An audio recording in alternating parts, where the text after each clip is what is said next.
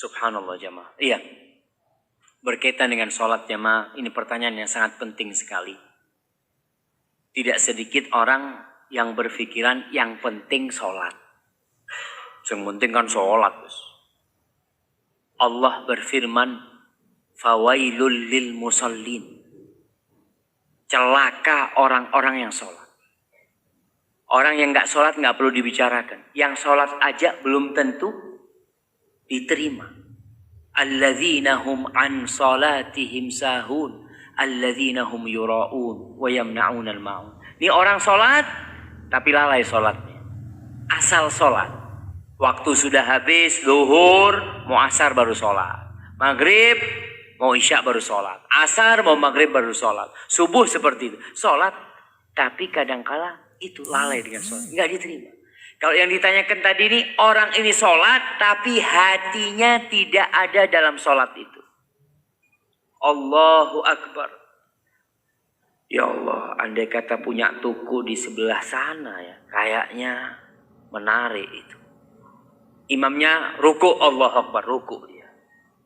Berapa banyak orang yang sholat tidak tahu dengan apa yang dibaca imam. Coba kita selesai sholat, assalamualaikum, tanya, imam tadi rakaat pertama baca surat apa? Wallahu a'lam. Ada surat wallahu a'lam ya. Subhanallah.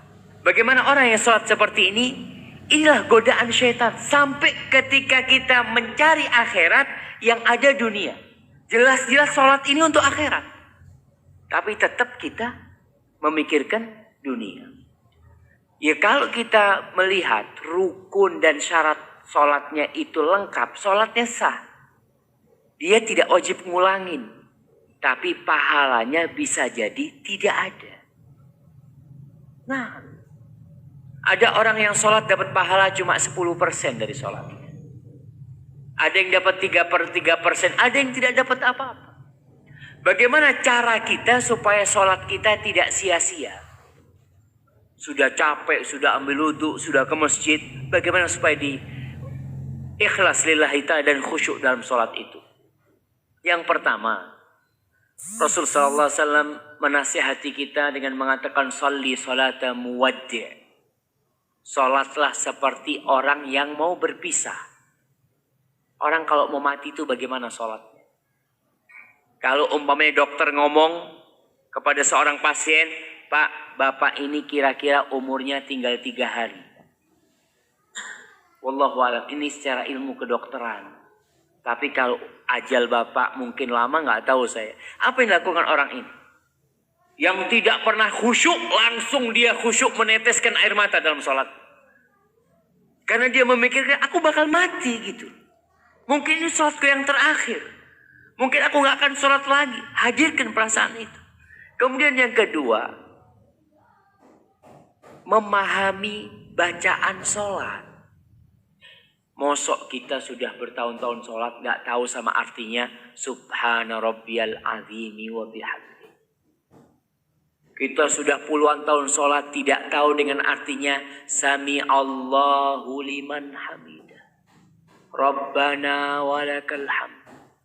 Masa bertahun-tahun nggak tahu sama arti? Itu akhirnya kita tidak khusyuk.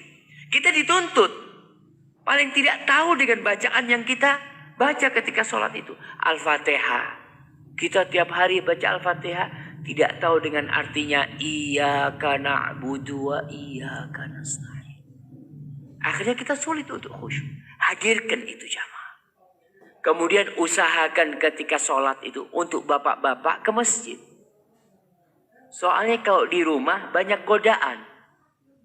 Allahu Akbar, ada yang ketuk pintu. Rezeki nih kayaknya. Sholat tuh siapa kira-kira yang datang? Akhirnya sholatnya cepat-cepatan. Karena ingin membukakan pintu. Tapi kalau sholat ke masjid, bayangkan. Kita berangkat ke masjid. Kita meninggalkan rumah kita. Kita berangkat ke rumah Allah. Dan kita tahu yang di rumah Allah ini tidak ada yang milik kita. Kita benar-benar tidak memiliki apa-apa aja. Kita mengatakan Allahu Akbar. Insya Allah itu akan lebih khusyuk. Hadza wallahu a'lam bissawab. Nah.